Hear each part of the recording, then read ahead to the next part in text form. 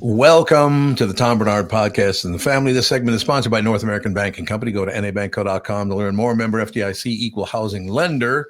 The show today with co-host Catherine Brandt, Andy Brandt Bernard, and Kristen Burt. What more could you ask for? Kristen Burt Entertainment News is brought to you by North American Bank and Company. Go to nabankco.com to learn more. Member FDIC, equal housing lender. So before we get started, I don't know if I can talk to you today because my Twins are 2 games under 500, and they're playing a team in California. And since you're in California, I can't talk to you. That's all there is to it. It's not the LA Dodgers. It's the San Francisco Giants. Oh, okay. And the problem is the San Francisco Giants are a pretty damn good baseball team. You can't talk to Bill because I know I saw his baseball cap come out today. So Oh, it did? Oh, God. Tell Bill to get away from me. Is Bill home? He is not home right now. No. Oh, God. I want to address it online with right on the air. I'll pass the message along. The Twins they were so bad during spring training that everyone thought that they were going to be really bad, and they're surprising everybody. Maybe it's like bad dress rehearsal, great show. That's what they do in the theater. Maybe, because they were terrible last year, too. Terrible. Yeah, they were not good. I don't think they won hardly any games last year. It's hard to argue that they were pretty terrible. There's no doubt. And they're still under 500, but they're only 2 games under 500. But San Francisco was a very good team. So tell Bill to stay away from me. I will. I will make sure that he stays several states away from you. Maybe across the states. country. Pretty much. Call me crazy. That's true. Across the entire United States. I don't want him even in the United States during this series. That's all I have to say. Very sensitive, aren't we? I love the Minnesota Twins. I always have loved the Minnesota Twins. Everybody thought they were going to be really horrible this year. They've been very good at times, very bad at times. They're still 2 games under 500, but since I was 9 years old, the Twins have been dear to my heart, so I get deeply offended. Well, I think the problem with most Minnesota sports teams is they are so terrible for so long, and then they'll have a good season, and everybody gets their hopes up, and then they just crash again. It's very hard for Minnesota sports teams to stay consistent and to win. I wasn't going to mention this, but now that you brought it up, the Timberwolves are also playing the Golden State Warriors from your state. I'm sick of Florida. Get away from me. Florida. I mean, California. I'm not sick of Florida. I'm sick of California. That's what I'm sick of. We're good at things. That's the problem. Yeah, well, see, this is exactly why. Exactly why I didn't even want to talk to you today. Don't invite her on the show, and just hang up on her. It is kind of weird because Florida has a bigger population now than I think New York. Probably. It's got a huge population, and still their sports team's not so good. No, they're not good at all. I think it has to do with the owners, though, and investing in the players. Yeah. You got to spend some money to assemble a great team, I think. This is true. You're probably right. So now that I exposed my soul to the world, the fact that I can't take it when the Twins play anybody that's good. They've won so many. What have they won? 9 of their last 10 games, something like that. And now they're playing a good team like San Francisco. Why do it? Why are they doing it to me, Kristen? Don't jinx it. I mean, the more you throw it out that they're going to lose, they're going to lose. I'm not saying they're going to lose. Don't manifest. Say they're going to win. Yeah. Yep, don't manifest losing. Bill and I will be on the phone during the game tonight. Well, the game doesn't start here until like 8:30. You're going to be watching until midnight. Yeah, till midnight. It's too long. It is too long, but too late. That is one of the nice things about being on the West Coast. Oh, yeah. Super Bowls start early. Oscars start early. Like, there is nothing better than watching the Oscars at 3:30 in the afternoon, watching the red carpet, and then the show at 5, because you're done at 8. When I lived on the West Coast, there were years it was like midnight. I'm like, oh my gosh.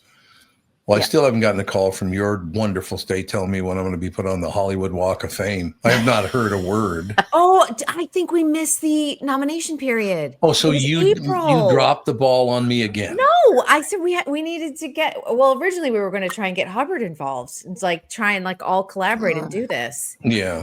So well, you dropped the ball. Don't worry about it. Now we need to look to April 2026. 2026. That'll be great. That'll be wonderful. All right. What's going on in your world? You know what?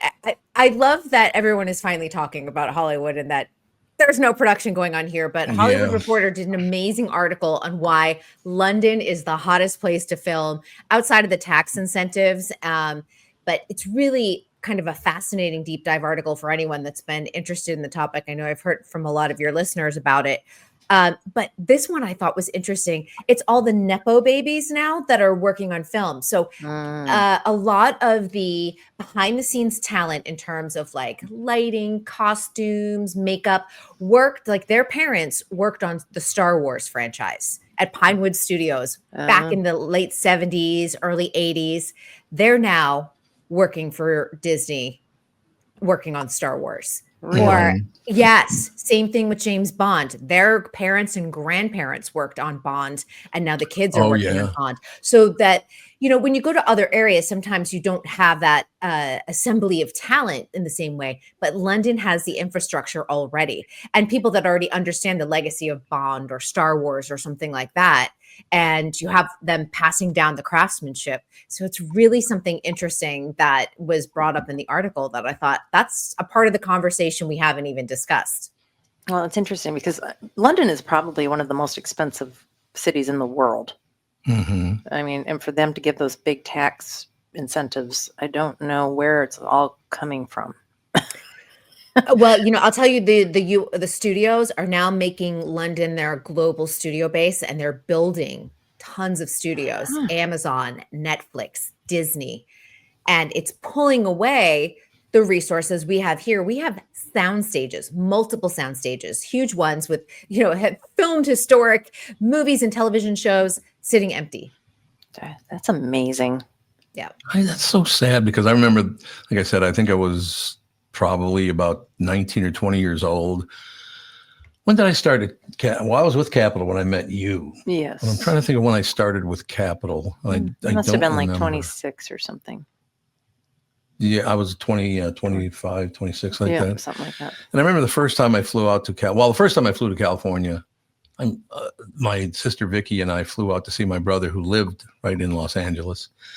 And I remember how I just fell in love with it immediately. It's a wonderful place. There's no question. And then when Capitol Records flew me out there to tell me they wanted to hire me, it was unbelievable. And then, of course, we have to close with part 3, where Catherine ordered a 10-pound lobster across the street from the Capitol Records. Story ever going to end. We all know how this story ends. 10-pounder. That's all I have to say. He'll never live that one down, Catherine. That's for sure. Apparently not. I love California. That's why I like to keep any embarrassing story away from Tom, because he loves to bring them up and I don't smush them right in my face. Understand what you're talking about. There's no doubt about it. I don't have any idea. Andy, you look dark and stormy back there. Dark and stormy. He's a light. Need a light there. Oh, there we go. I hate the ring light. I know. My eyes. I was asked to read this. I have a post on X. I got a couple of thousand followers, I guess, on it, but they wanted me to read it on the show today. This would be very quick. I now feel like a complete failure. Why, you ask? I grew up a nice Catholic boy in North Minneapolis. Why do I feel like a failure? Because the new Pope of the Roman Catholic Church is 2 years younger than I am. Yeah, you're the Pope, but I used to be a disc jockey. So there. You know how weird that feels to be older than the Pope? He is a youngish Pope, isn't he? He's a very youngish Pope. Well, I feel like it happens now. You go to the doctor's office and you're like, did you just graduate college? Like, yeah, I know. You know, you're like, exactly. Are you old enough to be a doctor?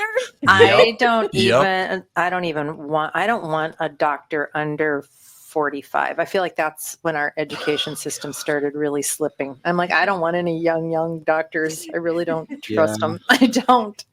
Yeah, no, Shelby. I mean, we're trying to get a hold of Shelby. I think, he's going to be on, I know, one way or the other. We're trying to get him on StreamYard because I pointed out to him yesterday, because Don's a little bit older than I am, the fact that there's a Pope that's younger than both of us. I mean, the Pope was always this old guy in the Roman Catholic Church, because I went to Catholic school for 8 years. Yeah, and they all to be like they were 95. At least yes. His eyes, like, they look like they're 95. But yeah, this guy seems a little bit like, he was playing Wordle while he was waiting to see if he was voted. Well, and he might be Pope for a very long time. Could be. He might be the last Pope in your lifetime. Oh, well, thanks. Make it even worse. He might. Make it even worse.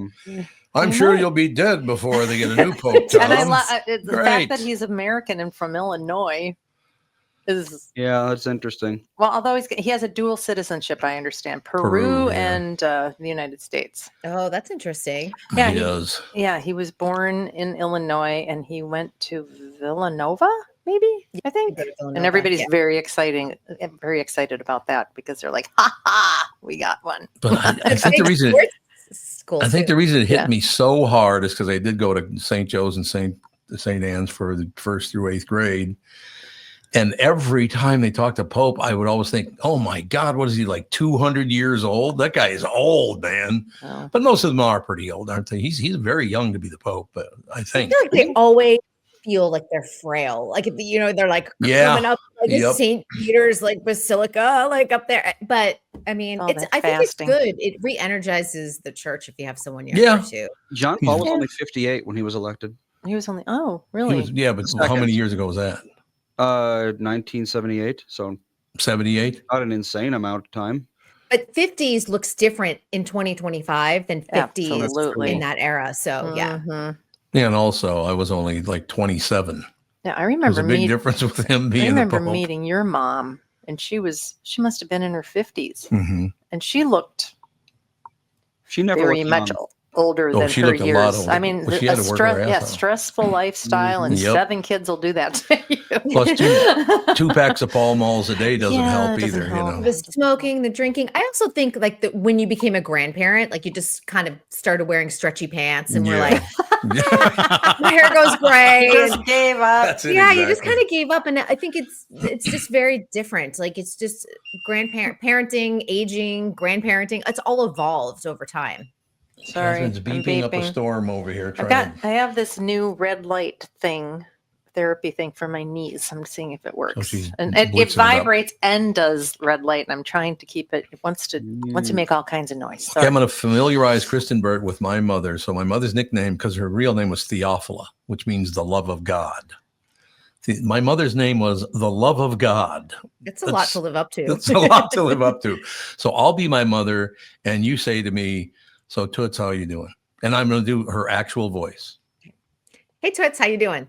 Really well. Everything's going just great, as a matter of fact. Well, you forgot. Well, I got to go to work in a couple hours, but Wait, so you got all of that from your mom is what you're telling me. You got the voice and the You did it all the time. Well, I kind of wonder if she hadn't been a lifelong smoker, what her voice would have been like. Yeah, it would have been different probably. She had this Suzanne Plachette thing kind of going. Demi Moore has that gravelly smoker's voice. Yeah. Yeah, she does. That is true. I do miss her dearly. Every damn day I miss my mother because I just adored my mother. She took care of her family all by herself, and she was a tough old broad, and that that is a high compliment. A tough old broad is a very high compliment coming from my neighborhood. You have to be a broad if you're Toots. You do. I think that's true. We'll take a very quick break, be right back, and try to gather our thoughts again after me complaining about everything. But I guess I'm not complaining. I'm just living my life. Mm-hmm. We'll be back in a couple of minutes right after this.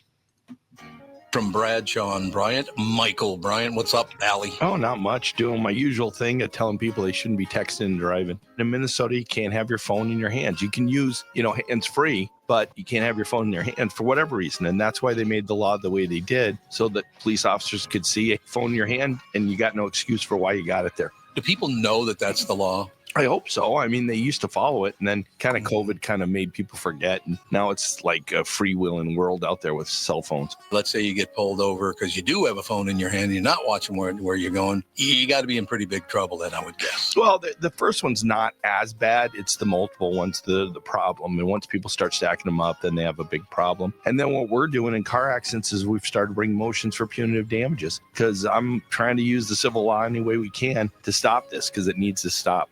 Whenever I'd had any problems in my life, who was that I called again? It was like an MB, something like that. Bradshaw and Bryant.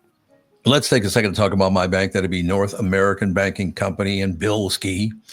As a business owner, you're always looking for opportunities to grow, and that's where North American Banking Company can help their business banking system, their team, offers tailored solutions, whether you're expanding your team, opening a new location, or upgrading your equipment. Because they're locally owned, loan decisions are made right here in the Twin Cities, which means faster approval and more flexibility to meet your needs. If you're ready to take your business to the next level, why not bank with my friends at North American Banking Company? Visit nabankco.com to learn more. Member FDIC, equal housing lender.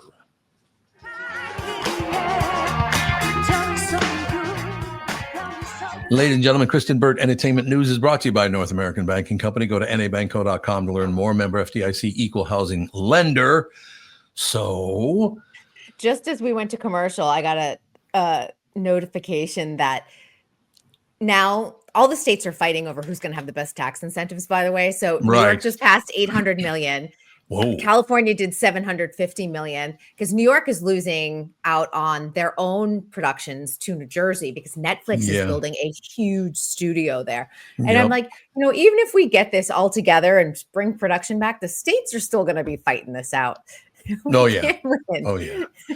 Well, they're not going to be going to Minnesota because Minnesota state tax now is at the high level of 9.5%.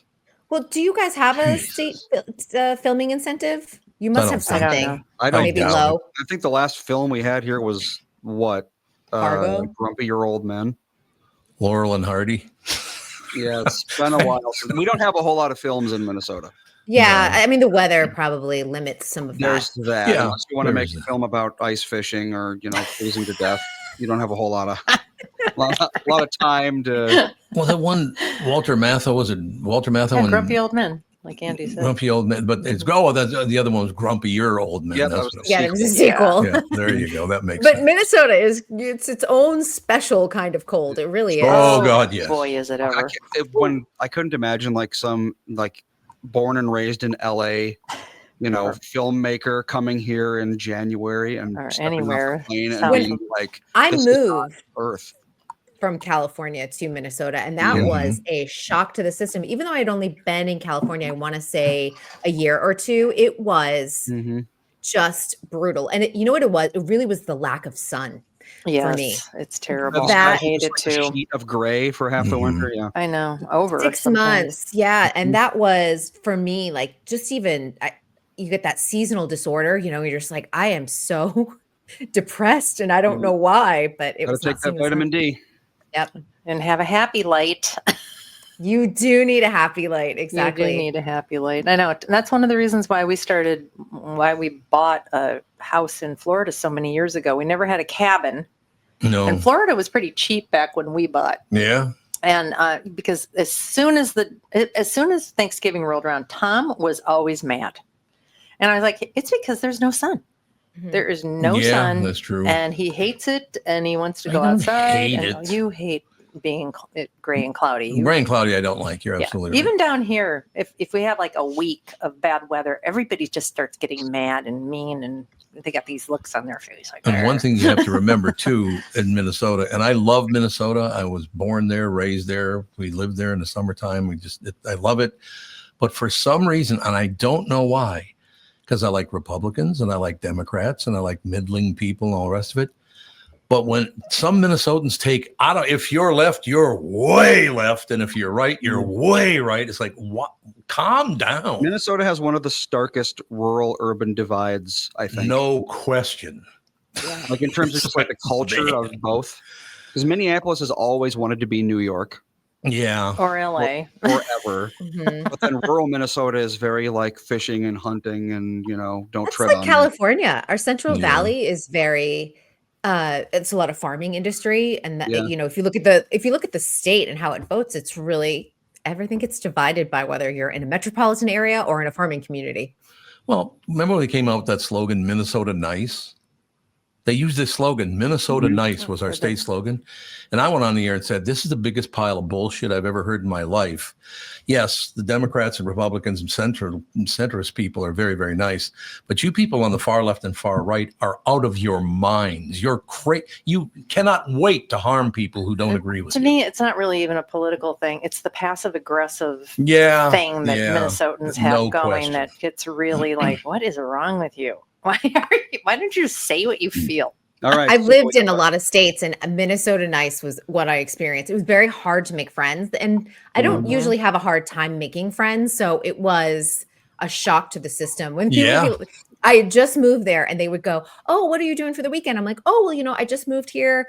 I'm just trying to get my bearings." And they're like, "Oh, I'm having a party. Have a good weekend." Don't invite you to the party. Yeah. That's what it would be like, I know, it's a and very in- closed society. it is in Yep. Mhm. California, they'd be like, "You know what? Why don't you come? You can meet my girlfriends and you'd really like them." It was a lot of that. And that was it was one of those, especially, when you're a little bit homesick and a little lonely, you're just like, Yeah. I'm trying not to cry. I'm like, have a good weekend. No question. And the other thing about Minnesota, and I love Minnesota. Like I said, born there, raised there. I love it. We still live there. Our kids were born there. Grandkids were born there. It's a wonderful place, except for, I will also say, the extreme lefties and the extreme righties drink like mad people. Bottoms up. Constantly getting drunk and getting even meaner. It's like, would you calm down for Christ's sake? Yeah, the drinking was, but I felt like in the winter, I was like, people do drink all the time. And you see the SUVs like upside down on the road. And I'm like, Oh, yeah. it Oh, was yeah. a big night of drinking. But I Yep. felt like that's what there was to do on weekends. And as someone who was never a big drinker, it's like, I don't really want to go out and Yeah. get drunk every But weekend. the amazing thing to me is we have 15,200 lakes. It's absolutely beautiful. Right downtown Minneapolis, there's Lake Cal. In the In summer. the summer, yeah. Yeah. Well, I almost called it Lake Calhoun. You can't call Oh, it no, the day no. Makaska or Makaska or however you say it. I don't know. Yeah, it was Lake Calhoun the whole time that I was there. But Yeah, it was was he like a Calhoun. slave owner or something? Probably. like that. I don't I know. don't know what the hell it was, but yeah, all these beautiful lakes and nice walks. You can go some of the greatest walks on earth in Minnesota, and they're still crabby. I'm not talking about everybody. These extremists are always just in a horrible mood and crabby as hell. Got a couple of texts. Minnesota does have a tax credit for film. Oh, that's good. Good to know. 25% income tax credit provided to production companies that expend at least $1 million in 12 consecutive months. There Okay. I you don't know how go. good that is. Yeah, that doesn't sound competitive with the bigger states. Yeah. Right. But Minnesota probably doesn't need to be competitive with New York or California because Yeah. production is smaller. I know Right. Georgia's is like, you film something here, we'll make you immortal or something like that. Everything was made in Georgia for like 20 years. Yeah, it's interesting Yeah. because and we talked about this yesterday, I think, with Kristen about it's not just the filming itself; it's all of the flowers and the caterers, and it helps Yeah. so Dry cleaning. so many industries. If you've ever gotten married, you know how much caterers and flowers can cost. Absolutely, and they And need a now ton of it. Scale that up to, a gigantic film production. I mean, how many people work on the average film these days? It's got to be 1,000. It's a lot of Well, people. like on set, probably depending on how big the production is, it can be 100 to 200. I can tell you Dancing with the Stars behind the scenes employs over 100 people for the season. Okay. So, and that's just a television show. So if Yeah. you look at a big film, let's say it's a Marvel film, you're probably upwards of 200, 250. And then you get to the support industries on top of that are indirectly employed because of the production. And I think about like tonight, I'm going to an event. It's for the Mormon Housewives, Secret Lives of the Mormon Housewives. It's a reality show on Hulu, but they're doing an FYC event, which is for your consideration for the Emmys. And that is renting out a space, hiring a parking lot so everyone can park. It's also, not only is there a Q&A after, but after that, there's a reception. So that's food, flowers, gift bags. So you have publicists getting involved. I mean, there's all of these things that you just don't even think about. And the cast, of course, will be shuttled there somehow. So they'll have some type of driving Sure. service. Mm-hmm. I just got 2 messages from 2 people I grew up with that reminded me there were a couple of our neighbors. There were 2 of them, not just one, that couldn't pronounce Theophila for some reason. And they called my mother and they thought her name really was Thealfalfa. For a little kid, that sounds about right. If you say it really Thealfalfa. fast, falafla. Falafla. Falafla. Theophila sounds Sounds like kinda- falafel to me. Yeah. Yeah, falafel. it There does. you go. We Sounds go, like hey, falafel. falafel, how you doing? Oh, I'm hungry. I want lunch. Now we have one more text in on the subject of young doctors. Love it. They were in Australia. They went to the hospital. Apparently in Australia, doctors can be as young as 22. Whoa. I don't want And a that is 22-year-old what this doctor. person's doctor was, 22 years old. That is A young. 22-year-old doctor could look into ears for ear infections and look down throats for, maybe strep throat or something like that. But Yeah. I don't want them doing anything important. No operating, I'm sorry. no intubating, nothing like that. No, I really don't want that. They're not all Doogie Housers, I'm sure. Well, and they always say your brain isn't fully formed until you're 25. Yeah. That So doesn't make any sense to me. Mhm. Damn it. Sorry. Would you Stupid leave thing. that thing on? What are you doing? I know. It Nothing won't but stop trouble. beeping. it sounds like when you haven't put batteries in your fire alarm, your smoke does. alarm. Yes, that's exactly I what know, it I sounds thought like. I could sneak it on and not beep, but No. apparently Yeah. it's just going to Nice beep. Sounds like sneaky. you're disarming a bomb. Before I forget, Andy, I had a comment saying that they couldn't find the Don Shelby episode. Yeah, that is because of the way that the switchover happened. I actually, while we were talking, I put that episode and yesterday. Wait, Don was on the 7th. Yeah, right? It was on yesterday. Yesterday, wasn't he? It was yesterday. Okay, Yeah, the So- 8th. That was 2 days ago. Was Yes. it? Was it 2 days ago? I thought Yeah. so. Oh. Yes. Oh, that's Yeah. right. Walter Hudson was on yesterday. Yes. Yeah. Well, with Michael Bryant. And with Yeah. Michael I Bryant. put That's Shelby and Walter up during the show just now on the new Okay. platform. So if you have an iPhone, it'll work. If you go to our website, it'll work. If you have Android, it won't work because we're still waiting on Google to just let that through. They haven't done that yet. If you were one of the app testers, apparently you already have the new app. So if it says you got version 1.2, you're good to go. But otherwise, you just gotta wait. Well, how long is it going to take? I have no idea. Not Oh, up to great. me. Got to call Mr. Google. It's But on, yes, I was just- it's on YouTube if anybody wants to watch the yeah, Don you can Shelby. use YouTube, or if you just Yep. want the audio, I would use our website. That works fine too. Okay. Don's going to be on again today talking about the fact that, bragging about the fact that he predicted who the Pope would be. Did he confirm? Well, you thought not yet, but I talked to him last night about Did it. he think so. specifically it was going to be Pope Leo I don't that part I don't know. or just American? Yeah, I think he just said the American. Were there multiple Americans in the running?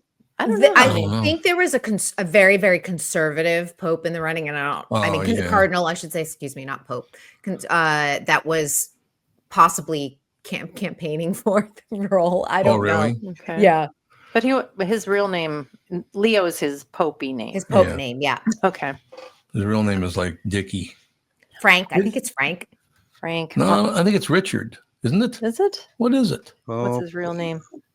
I think. I mean, Frank would make sense from Chicago. It would, yeah. It would. It's very Oh, Italian. wrong. It's Robert.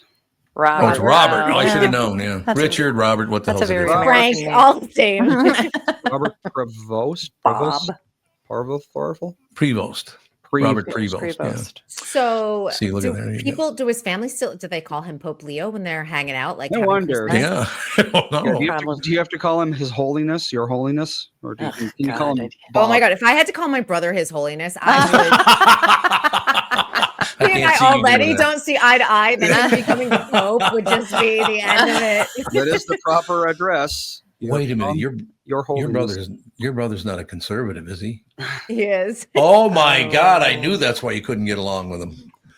Yeah, But he conservative. wasn't. He pivoted. He moved to Florida and pivoted. Does he still live in? He lives in Miami, doesn't he? He does. He lives in Brickell.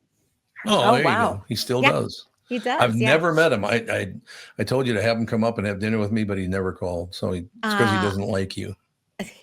He doesn't always like me. That's true. But he would like you. Yeah, he's very funny. My brother is so funny. I like funny. He's a great conversationalist. At like dinner, I promise you'd have a great time. I would love to do it. Would I gonna have to? What's your brother's name again? Eric. It's Eric. Okay. Mhm. Ooh, kind of Minnesotan even. So that's good. Yeah, and he's like a foot taller than me, really big. Oh, is he a big guy? He is. Yeah, Oh, okay. Wow. likes to lift his weights. Wow. There you go. A little We bit of a probably would get meathead. along. He's a dude. Well, He see, is. He's very very macho. as I'm staying right on time so Kristen can do all of her work, we only have 1 minute left now because I've been laughing too much. Oh, I just wanted to mention we watched the first episode of the second season of Poker Face. Well, Poker Face, we watched it last night. Yeah, Very but- good. You It liked was it? a little confusing with the the fivesome triplets or or whatever. quadruplets or quintuplets. The quadruplets. I feel like I just saw her in something. The one that was playing all of the characters. I don't know. Natasha Lyonne. Yeah. Who's good? I'm trying to think what else she's Isn't been she in just in a recently. movie or something? What's the woman's name who plays the lead role? Because I think she's terrific. Natasha Lyonne. That's Oh, Natasha Lyonne. No, Natasha, not. What's happening? Oh, so Natasha Lyonne is The one that plays the child star on the first episode. She's black. Oh, yes. Yeah. I can't remember her name. I'm looking. I don't know. It doesn't. She it all looked worked very out. familiar, but anyway. It All was right. We got to get Kristen off because she has her other job to pay attention to. You know, I'm trying to get her off on time now from now on. So, all right. Lots of good things to watch this weekend. There's a good Netflix movie, just Vince Vaughn at Nana's, about grandmothers who all cook together. Aww. It's a comedy. It's supposed to be very heartwarming. I haven't seen it yet, but it's getting great reviews. And if you haven't seen Four Seasons with Tina Fey and Steve Carell, that is on Netflix. We based watched off one of of- those. Yeah. Yeah, and Netflix finally added the 1981 Alan Alda film based off of the TV show. Oh. No, So there you can go back and watch that too. So You remember they were out in the pontoon and they were all diving into the I thought you lake. didn't like it. I didn't like it. I didn't like the first episode. Oh, but we okay. So Gemstones, we were out. It was like, this is getting just too disgusting and too ridiculous. All of a sudden, episode number 5 starts being good. Yeah, it's really good. So hopefully they're done. So you're with back their- in. Yeah, It's the series finale. You should we're- finish it. Yeah, we were. Well, let's give it one more chance. And if this one is still just baby Billy Bobby or whatever his name is hanging his dick out, we'll stop. We'll just Yeah. stop. And now it's back to an actual Walton story. Goggins. Come on, he is. I like him. It's a great character, but He is Good living actor. his full movie star era right now. Did you He see really him at the is. Met Gala? He was like It really is. feeling himself. He is all in. But you know, it took him to 53 to be like super famous. I mean, he's always Mhm. had fame, but Yep. he's super famous right now thanks to White Lotus. So it's How many kind of- episodes? Oh. How many episodes of Gemstones are there? I think there were 9. There are 9. Maybe. I think Yeah, maybe I was 9. going to say And we were in 9. 5. So, Yeah. Give a few more left to go. All right. If you don't get fired from your next job for being 2 minutes late, we'll talk to you it's fine. on Monday. Yes, I will see you all on Monday. Thanks very much. Bye. Kristen Burt, Entertainment News brought to you by North American Banking Company. Go to nabankco.com to learn more. Member FDIC, equal housing lender. We'll take a break and be right back. Don Shelby should join us at some point, I'm hoping. Just thinking about retirement make you uncomfortable. Sometimes the anxiety from wondering if you've saved enough can be overwhelming. But what if I told you that you could ease those tensions in just 48 minutes? My guy, Josh Arnold, Mr. Money Talk, can sit down with you and get you on the right track for your financial future. Josh has navigated it all when it comes to uncertain market and economic conditions, and he'll always provide straight talk, never sugar-coated advice on how to reach the finish line with your retirement goals. Don't let your financial worries give you an ulcer or keep you from calling Josh right now. His 48-minute no-obligation consultation could be just what you need to feel better about your future. Call Josh today at 952-925-5608. Set up your free 48-minute no-obligation consultation. That's 952-925-5608. Investment services offered by Josh Arnold, investment consultant, LLC security investment advisor. Past performance, no guarantee of future results. All investments involve risk. All comments and opinions of Josh Arnold's and do not constitute investment advice. And I am a paid endorser. Many car dealers try to create an extreme sense of urgency. Does anybody really buy it? We gotta sell 100 cars by Saturday to get the boss off the roof. Or I mean, you'll never see these rebates again. And oh yeah, your trade will never be worth more. Really? I asked Jim Paul from Valley Buick GMC in Apple Valley and Valley GMC in Hastings his thoughts. I don't even know what to say. I hope folks are smarter than that. Has there really ever been a time when it was urgent? Probably not, but this tariff environment might be a first. Valley has several hundred pre-tariff units on the ground. Who knows what's going to happen with the tariffs, but these are really safe buys. Going forward, Valley's committed to make whatever the situation is as painless as possible, like we've always done. Where can we find you then? Get them pre-tariff. Hurry, hurry, hurry. When they're gone, they're gone. And man, At a Valley store in Apple Valley or Hastings or valleycardealers.com. Certainly not on a roof.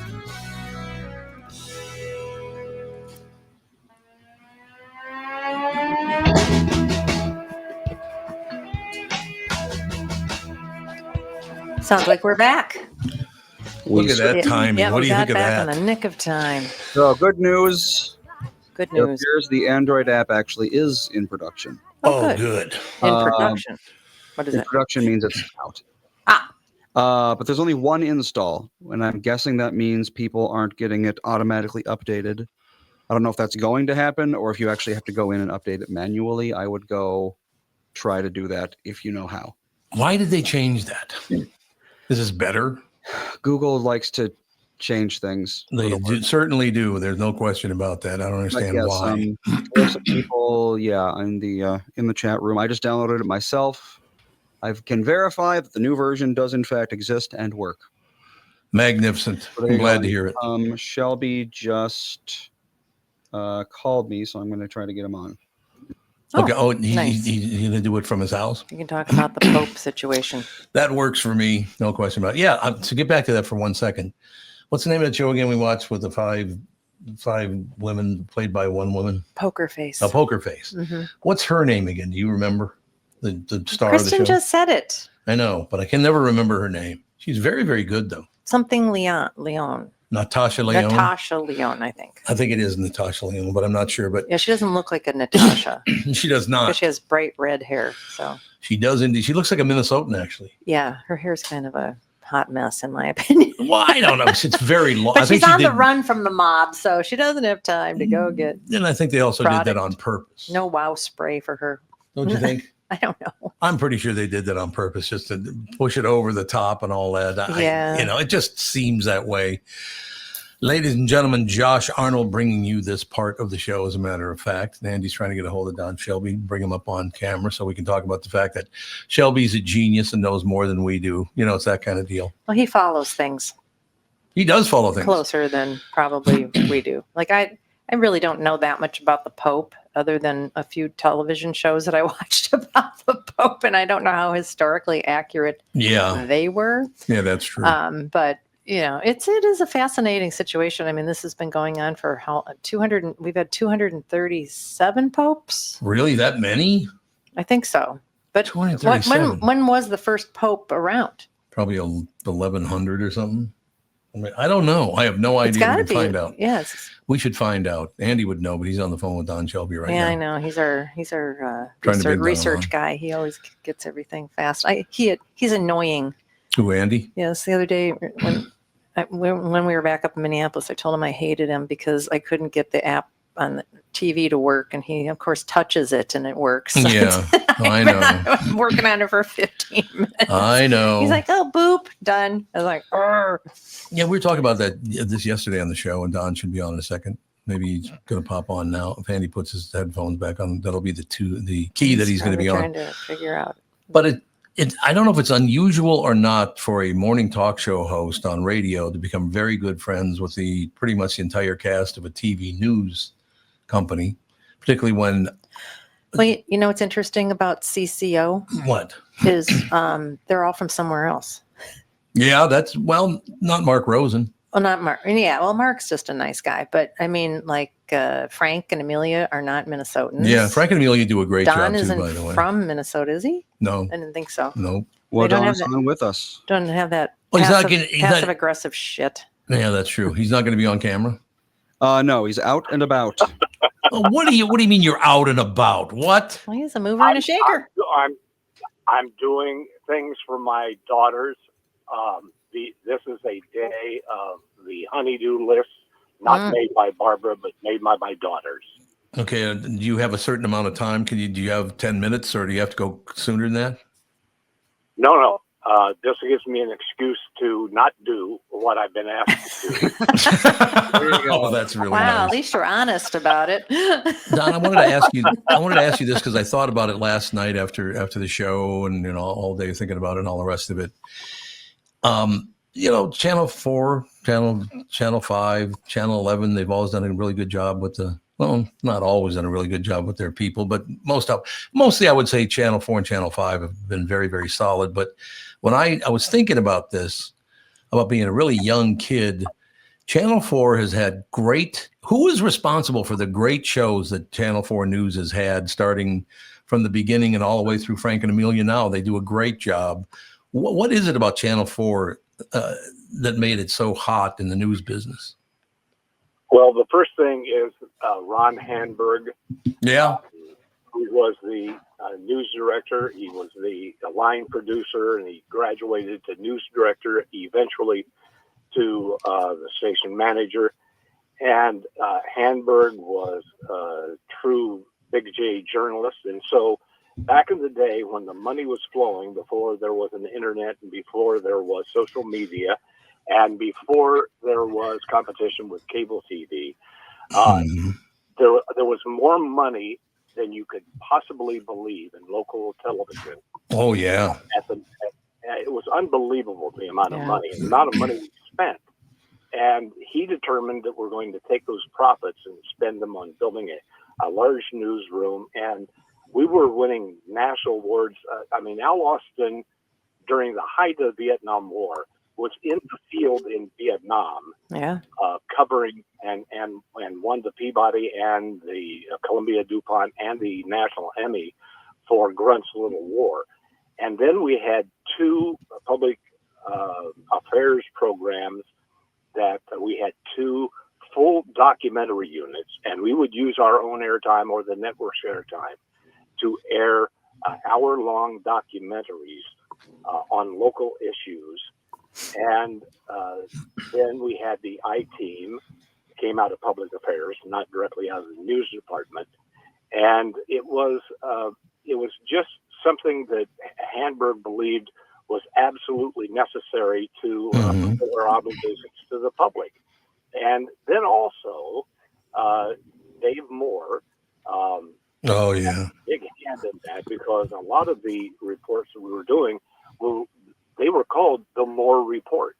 Mm-hmm. Yeah, I remember those. Those were done by the public affairs units and broke incredibly new ground and just did some of the most amazing journalism you can imagine. And that's the reason, Tom and Catherine and whoever else is on, that is the reason that 11 reporters at WCCO TV went on to network correspondence. Right.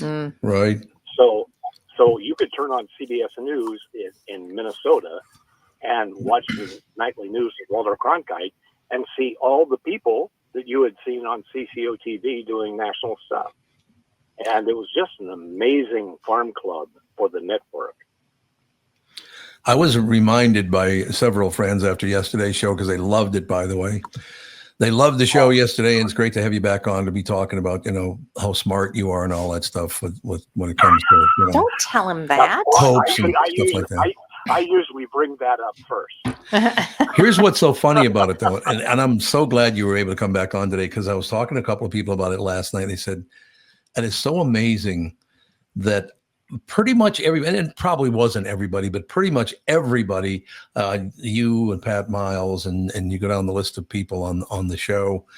I got along very, very well with everybody at Channel 4. Just had a wonderful time with them, all the rest of it. I got along with most of the people at Channel 5, had a really nice time with them. There was one of the sports guys that didn't care for me at all. But what's hilarious is then you move to Channel 11. I would say about 70% of the people on that channel hate my guts. And 100% of the people that work at Channel 9 cannot stand being around me. What is that? I mean, how do I go from making all these lifelong friends at Channel 4 to being hated by the entire staff at Channel 9? I don't know, Tom. I don't think it has anything to do with you personally. No. I think it has to do with, for instance, if I am your friend and we have been friends for 45 years, yep. There are people who, if somebody brings up the name Tom Bernard to me, you know me, I will say, yeah, he's a close buddy of mine. Mm-hmm. But if you are trying to create an image for yourself, you may not respond as though you are a friend. You may say, yeah, I've met him, and yeah, and then whatever they say is criticism, you echo their criticism, because it's about you, and it's about the distance you can put between you and anyone else who has any controversy at all surrounding them, because you want to look like you are not on their side. Well, I didn't ever give a shit. I was on your side. You were. Well, Yeah, it seemed like that or not like that. That was up to them. yeah, it seemed like that newsroom was a very political one. Yeah. Yeah. Yeah, no question. We'll close this part of the conversation with this. I was just reminded a couple of minutes ago like I said, I get emails on my watch, so I check on them constantly because they make a little bit of a noise, and then you look down and see what the deal is. But I was reminded of one time at Spring Hill Golf Course in Minnesota. I was walking in, and in front of me, they didn't see me come in, but about 20 feet in front of me were Mike Tice, who was then the head coach of the Minnesota Vikings. Coach. Yeah. And that sports anchor from Channel 5 that I was bringing up. I won't even say his name. But literally one of the two, or maybe both of them, referred to me, because they didn't know I was behind them, referred to me as that son of a bitch. And I walk in, and they're at the counter. So I said, hey, fellas, let me ask you a question. And they turn around, they're shocked that it's me. And I said, shouldn't you be more careful who you call a son of a bitch? Because I'm not really happy with you calling my mother a bitch. I will never forget that my whole life. Look on their faces must have been priceless. Wow. Yes. I will never forget that. It was a couple of kiss asses. They were both, neither one of them was any good at their job, which is probably the reason they didn't like me, I guess, because I would point out they were horseshit. Let me make sure I understand this correctly, so this is not taken out of context. Coach Tice didn't say that, did he? No, the sports guy did. Gotcha. Okay. Although Coach Tice didn't argue the point, I will say that. Well, in their defense, maybe they were calling your dad a bitch. Yeah, son of a bitch. My father was kind of a bitch, so maybe they're right. Well, Good point. morning radio was kind of like that. I mean, Oh, yeah. there was, Animosity. Well, They either loved me or hated me. morning radio people got away with saying a lot of stuff that evening news What people do you could not ever mean? say in a million years. Yeah. Yep. I don't understand what you're Morning saying. zoo format, shock jocks. Yeah. Well, just even having some honesty is not really good. Honesty was a problem. Why don't You I take a don't real think so? quick There was a break? point when I did take a position, it wasn't a journalist position, but you remember when Howard Stern announced that he was going to take over the market and kick your ass. Yep. And that became a news story. And because Howard Stern was coming into the market, so it deserved a little bit of coverage. Mm-hmm. And I think I said on the air, he doesn't have a chance. You did. I will never forget that. You said he has no chance of beating Bernard. It was wonderful. And you were right. He didn't even come close. No. So what the hell? That all works out in the end. And by coincidence, in the winter, he lives about 1.5 miles from where we do. I've never run into him, but he lives yes, he does. He lives about 1.5 miles from here. But I've never seen him the whole time we've been here. I bet, you know what? I bet you'd be good friends, especially the way he's grown. It could be. Catherine doesn't like that. I think he's turned into a bit of a Howard Hughes. Oh, he is very neurotic now. Yeah, Yes, right neurotic and he's very odd. Why don't we take a break and come back, and we're gonna point out what a genius Don Shelby is, because he can pick popes and everything right after this. Let's take a second to talk about my bank, North American Banking Company. As a business owner, you're always looking for opportunities to grow, and that's where North American Banking Company can help. Their business banking team offers tailored solutions, whether you're expanding your team, opening a new location, or upgrading equipment. Because they're locally owned, loan decisions are made right here in the Twin Cities, which means faster approval and more flexibility to meet your needs. If you're ready to take your business to the next level, why not bank with my friends at North American Banking Company? Visit nabanco.com to learn more. Member FDIC, equal housing lender. Does thinking about retirement make you uncomfortable? Sometimes the anxiety for wondering if you've saved enough can be overwhelming. But what if I told you that you could ease those tensions in just 48 minutes? My guy, Josh Arnold, Mr. Money Talk, can sit down with you and get you on the right track for your financial future. Josh has navigated it all when it comes to uncertain market and economic conditions, and he'll always provide straight talk. Never sugar-coated advice on how to reach the finish line with your retirement goals. Don't let your financial worries give you an ulcer or keep you from calling Josh right now. His 48-minute no-obligation consultation could be just what you need. to feel better about your future. Call Josh today at 952-925-5608. Set up your free 48-minute no-obligation consultation. That's 952-925-5608. Investment services offered by Josh Arnold Investment Consultant, LLC Security Investment Advisor. Past performance is no guarantee of future results. All investments must involve risk. You know that. All comments and opinions of Josh Arnold's do not constitute investment advice. I am a paid endorser. Extra is ordinary in Sioux Falls. And as a matter of fact, Catherine and I were talking, and Catherine and I are going to spend, what do we figure, about 3-4 days in Sioux Falls this summer? Yeah. Yeah, we're going to take a long weekend and go down to Sioux Falls. Again, every time I look at that video that's showing right now, it's just spectacularly beautiful. I don't know what river that is or whatever, but it's, my God, it's gorgeous. Well, at Sioux Falls, I suppose the falls part is important. Absolutely. That would make sense. Extra is ordinary in Sioux Falls. Just look at the numbers. In addition to having a business-friendly tax environment with no personal or corporate income taxes, state income taxes we're talking here, of course, Sioux Falls is growing and has a large, well-educated workforce. Cost of living is low. And with a central location and developed industrial parks, so is your cost of doing business. Contact the Sioux Falls Development Foundation to connect with tools and resources to stop searching for a perfect business site. And you know, I'm thinking a lot about that while I'm talking here. Sioux Falls is a great place to do business because of the things we're going to mention here in a second. It's a fact. It's a perfect business site. Start growing in Sioux Falls. Number 1 most affordable city by Empower. It's called number 2 best job market by Smart Asset. Number 3 in economic strength by Polycom. Sioux Falls ranks first in the nation for total bank assets. This is, again, let me say that again. Sioux Falls ranks first in the nation for total bank assets with $3.5 trillion. That's according to the FDIC, by the way. South Dakota is one of the most business-friendly states in the country, and the place to take advantage of those incentives is Sioux Falls. As the state's largest city with a metro population over 290,000, Sioux Falls has low business costs, high quality of life. There's no state or corporate personal business tax or income tax either. No inheritance tax, and no limits to what your business can achieve. It's the number 1 best small city for business careers, according to Forbes, the number 2 best state business tax climate tax foundation, and the number 5 top state for e-commerce, brought to you by Nexus, ladies and gentlemen. Sioux Falls. We're coming this summer, so watch for Catherine and me in Sioux Falls.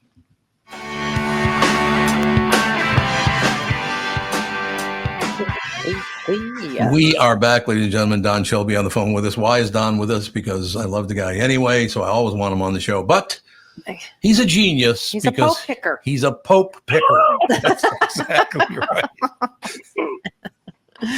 How did you know this guy? Did you ever work with him in Chicago or something? You were a news anchor and he was pope? No. He was already in Peru. Yeah. I got business, but no, he was a 21-1 pick. Although his name was mentioned, and I think it was mentioned because of his closeness. He was the closest ally of Pope Francis. Okay. He was working in the Vatican, and so when they were trying to figure out who might be in the running, if they wanted to pick a pope who was closest to Pope Francis, closest to his theology and to his social mission, they would probably pick him. And the die was broken when they picked a Jesuit in Pope Francis, and I think that kind of opened up some things. And so instead of going with the Italian basic Catholic kind of view, they went. There was a possibility they might pick someone from one of the other denominations. So I think they were thinking possibly an Augustinian might be a choice, but it was way down the list because no U.S. Pope, and for a reason, they did not want to give. They believed that there was a superpower in the United States. They did not. That's an economic superpower and a armed forces superpower. They didn't want to suggest an American because they did not want to have the United States to have a superpower over religion. So he was mentioned, but always put aside. But I'll tell you the reason I would put my money and did put my money on his selection, even though it broke the mold, is because he's a White Sox fan. Yeah, there you go. That does make all the difference. How much did you win in this Pope sweepstakes? Undisclosed at this moment because I want to go to heaven. So my mother was the biggest baseball fan in the world, and Dad bought her a shortwave radio, and she could listen to 4 games a day. And during the summer, the radio was always on, so she could tune in the East Coast games, and then the Midwest games, and then the West Coast games. Mm-hmm. And and part of the reason I got into broadcasting, I think, is because I kept hearing all these wonderful announcers, everybody from Mel Allen all the way out to the West Coast, and we listened to Halsey Hall. Sure. And we listened to the Senators play, but her favorite team was the Chicago White Sox.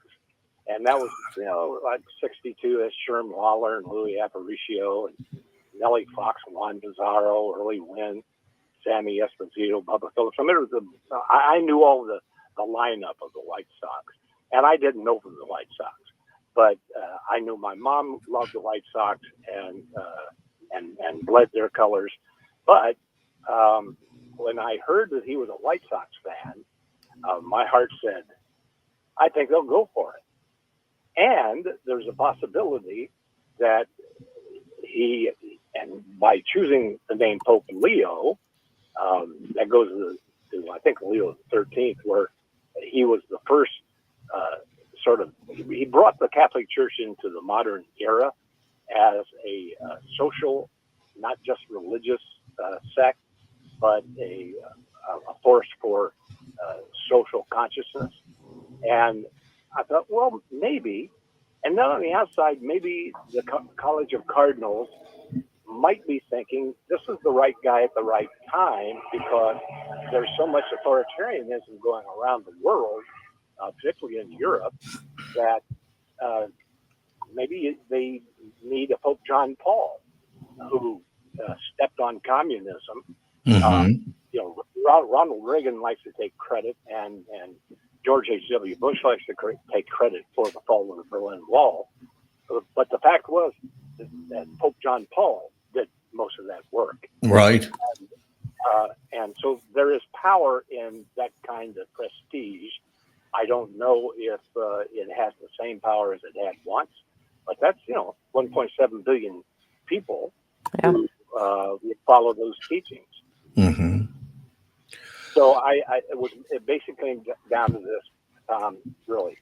As soon as I heard he was from Chicago, and I also know he was a White Sox fan, and he liked the South Side guys, and boom, that's my guy. And so, Bobby Prevost. I think it's wonderful. I will tell you something. Don, you gave me this magnificent memory. I haven't thought of this in many, many decades, to tell you the truth. Not just years, but decades. Talking about your mother listening to the games and the White Sox games and all the rest of it. Living in North Minneapolis, walking down 26th Avenue North, there was a guy and his wife. They were both in their 80s, something like that. And every night or every afternoon or whenever it was, when you would walk by their front porch on 26th Avenue North, they'd be listening to the Twins game on the radio. And I once, after, I used to wave and say hello, and then I finally stopped one day and I said, could I ask you both a question? They said, absolutely. And I said, why do you sit out here and listen to it on the radio? Why don't you watch the games on television? And there was a little bit of a pause. And the man said, Tom, what appears in my head is much better than watching television. How cool was that thing? I mean, I just gave myself chills thinking about it. Beautiful. It is, isn't it? And that's one of the reasons you're successful, is because you can create these word pictures through storytelling that allows people. Because I think on radio, it's way more powerful and done well than television, because television does way too much work for you. If a tornado is in place, you're shown a picture of a tornado, and you listen to a person who has had their house blown away, and that's all done.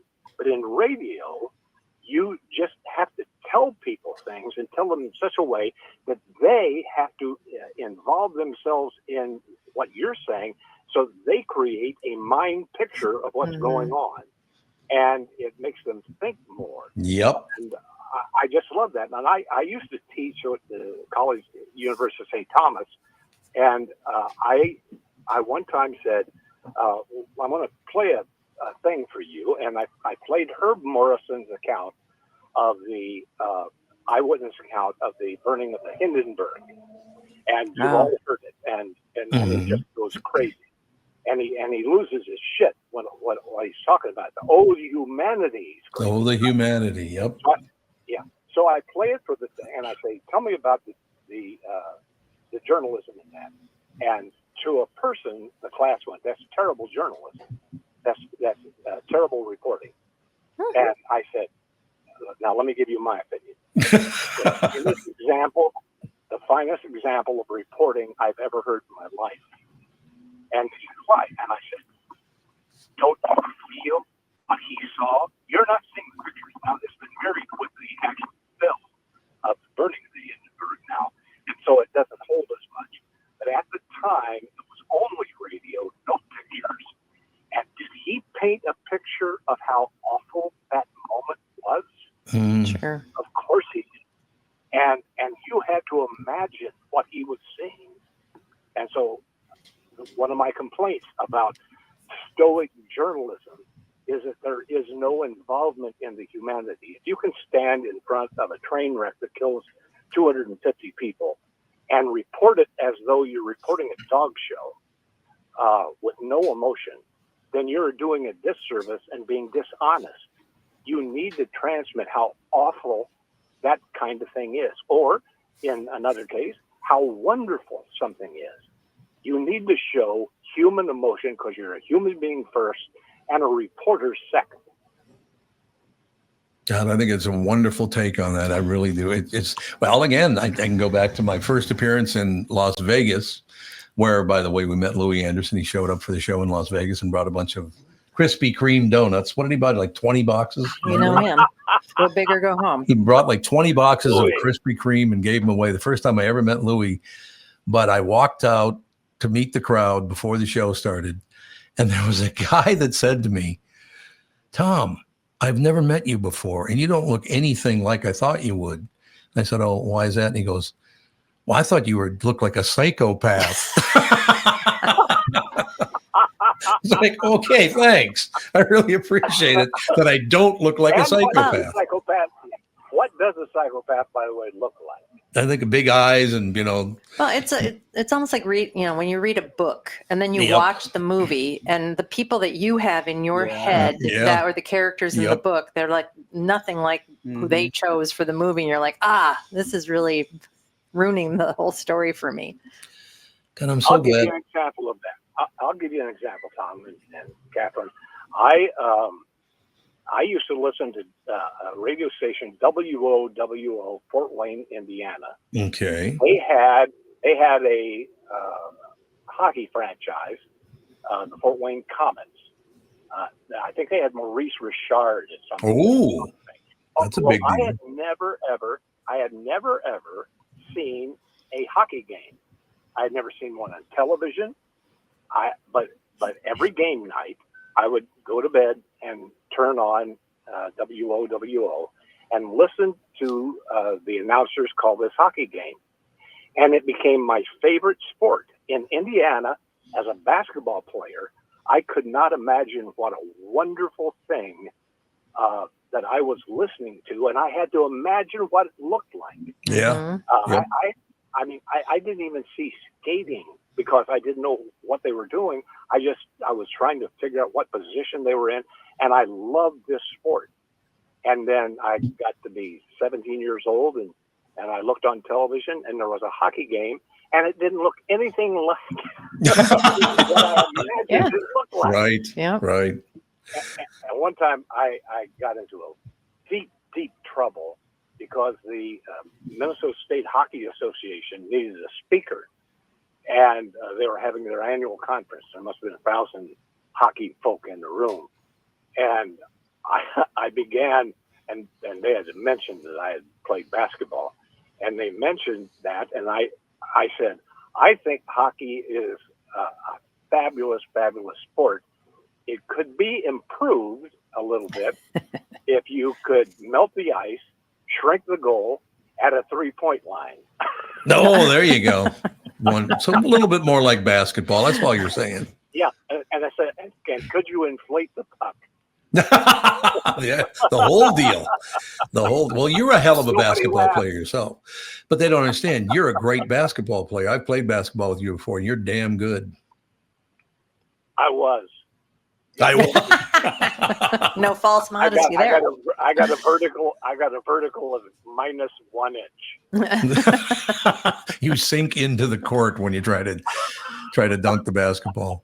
Don, what a great honor it is to have you on. You got to come back more often, and honest to God, maybe we should get a show together somewhere. Be wonderful. Anything for you. You're a good man, sir. And thank you. Like I said, I'll be pestering you from now on because I just love having you on the show. All right, pal. Matter of fact, if you had to have a sponsor, who would it be? Do you know? Because I'll have to get a hold of them. Who likes you enough to pay for you?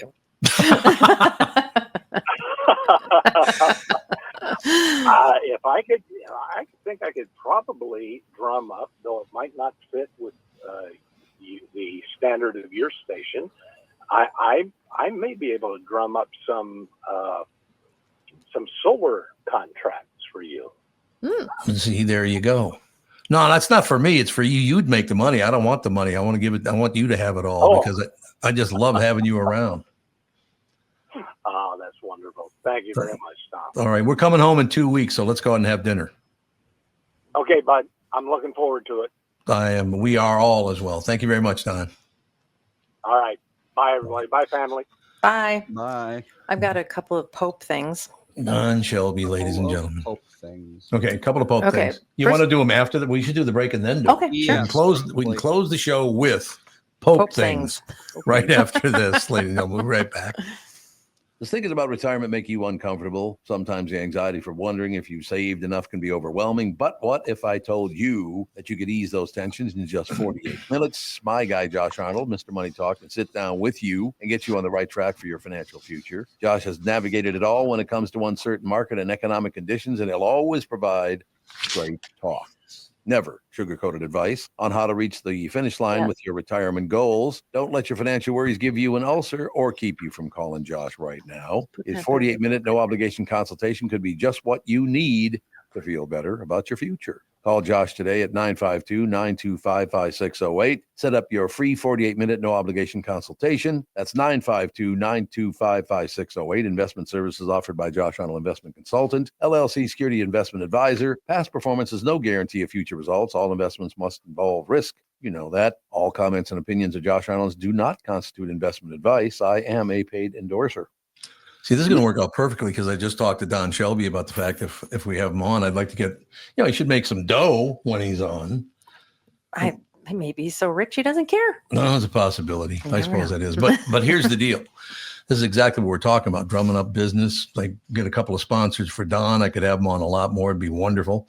You're listening to me, and your customers are listening to me too, and they'll hear me promote your business. Here's the deal. The Tom Bernard Podcast attracts thousands of listeners who are loyal, engaged, and ready to support businesses they trust. And by the way, thank you very much, because I do go on X, and you are very, very kind on X. Thank you so much for that. Proven results. Our podcast has helped numerous businesses increase traffic, sales, and brand recognition. We're not just about ads. We're about results. And whether you're a local business or a national brand, we offer custom advertising packages designed to fit your unique needs and goals. Our audience spans multiple demographics. And that, again, that would have something to do with, we have Alex and Andy on, and we'd have Don Shelby and me on, and that goes from one end of the spectrum to the other. It's the demographic thing, allowing you to target your ideal customers with precision, from millennials to baby boomers. It's exactly what we're talking about. Everyone in between, too, of course. With a broad reach and passionate following, your business will see increased visibility and awareness, translating into more customers and sales. Are you ready to get started? Just visit tombernardshow.com, click on the partner tab, and let's discuss how we can work together to grow your business. Thank you. Thank you very much. Maybe you could reconsider all the love you missed since I've been gone. We are back, ladies and gentlemen. Thank you again to Don Shelby. I just, honest to God, see, having him come in a couple of days ago was a mistake for him because now I just love working with that guy. Just never leave him alone again. He's a great guy. He's a wonderful man. He's a very smart guy. He's a hell of an athlete. And you could not ask for a better, more loyal friend than Don Shelby. I mean, we came from two different worlds, completely different he's a great worlds. guy. He just is. So you were going to make some points, Catherine? Pope things. Pope things. Hallelujah. Hallelujah. Okay. The Pope has many titles. Many titles? Yep. Including, anybody know anything? Pontiff? Nope. That's not it? Yeah, I know some of them, but I can't remember what they are. All right. One of them is Vicar of Jesus Christ. Oh, okay. No, And the primate, it's probably Primata of Italy. The Primata of Italy? Mhm. That's a title? Mm-hmm. Even if he's an American now? Yep. Well, Because, cool. well, the Rome is its own country, so you would be. No, that's true. Yes, you're right. All right. So the very first Pope, Catholics consider to be Saint Peter, who died in about 64 CE to be the first Pope. Yep. He was one of the 12 disciples or first followers of Jesus Christ. Since then, there have been more than 260 popes. I don't know how old this article is. I thought it was 270, but maybe I'm wrong. Okay, so this was very interesting to me. During the Middle Ages, from 500 to 1500, unhappy cardinals sometimes chose their own popes. Ooh. These unofficial popes are now known as antipopes. Yep. Beginning in 1378, during the Great Western Schism, there were popes in Avignon, France, and in Rome. So sometimes there were two popes. Really? Yep. By 1417, however, the cardinals had agreed on one pope. Ever since then, every pope has lived in Rome.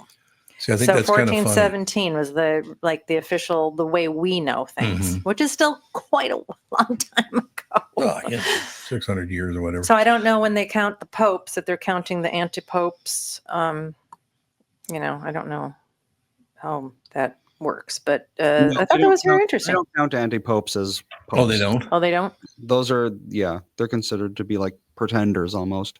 So there Oh, was okay. so there was a French pope and an Italian pope, I guess. The entire. I had no idea that was the case. Yeah. They didn't teach that. Well, I went to St. Joe's and St. Anne's. They were both inner city schools, both North Minneapolis.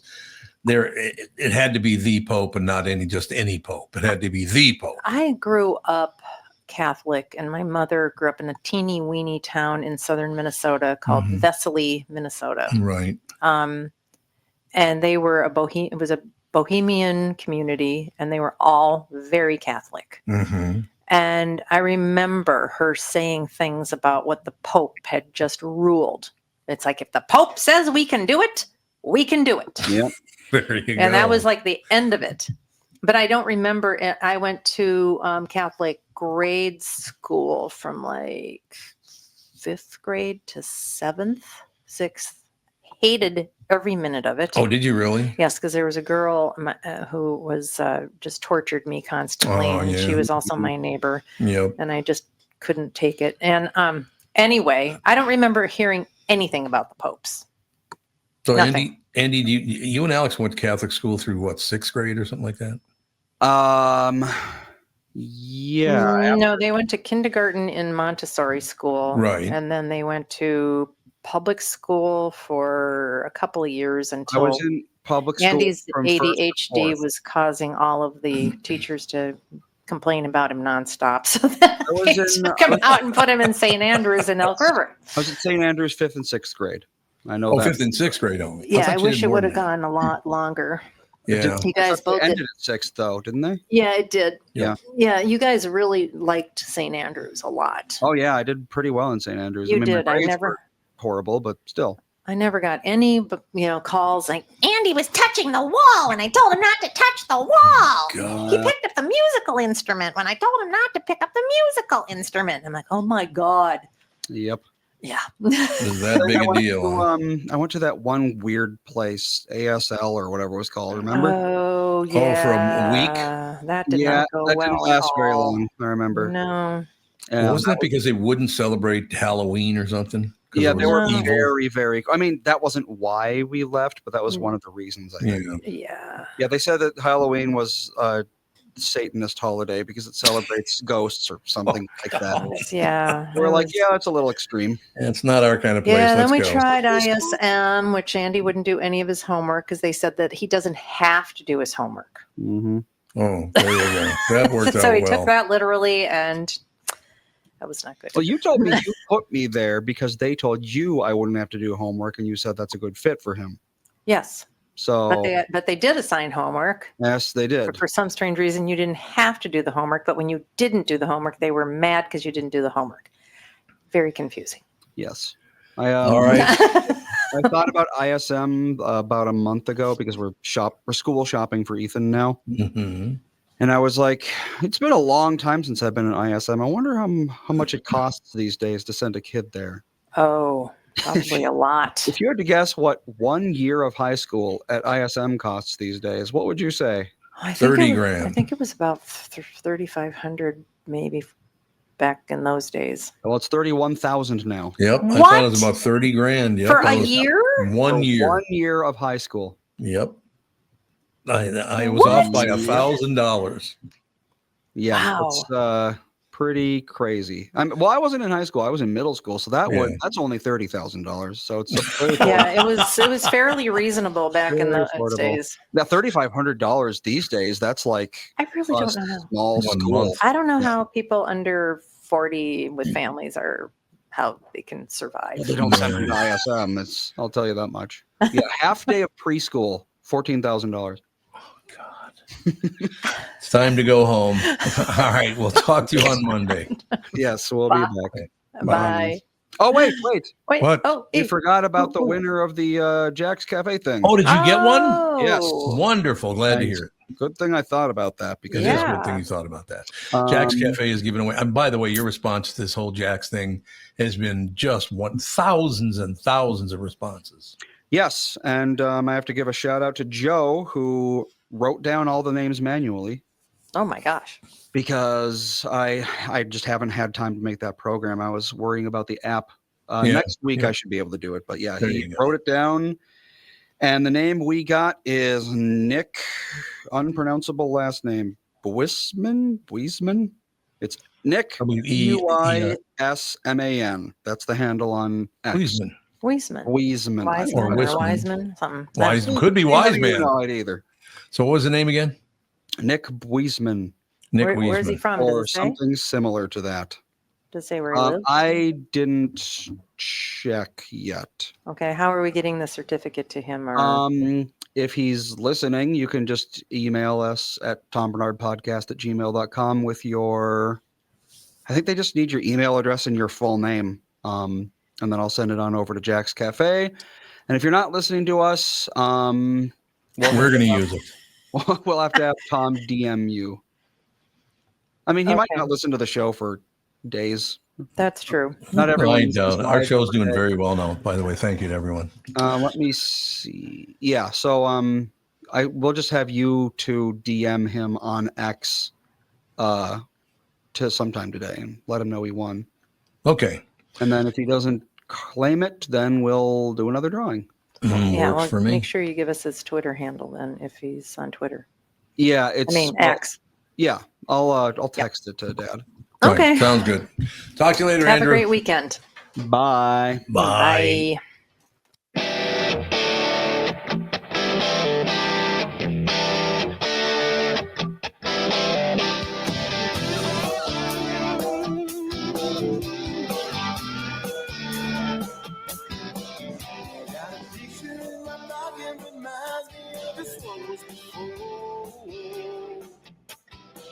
Every time I get to see it reminds me how you talking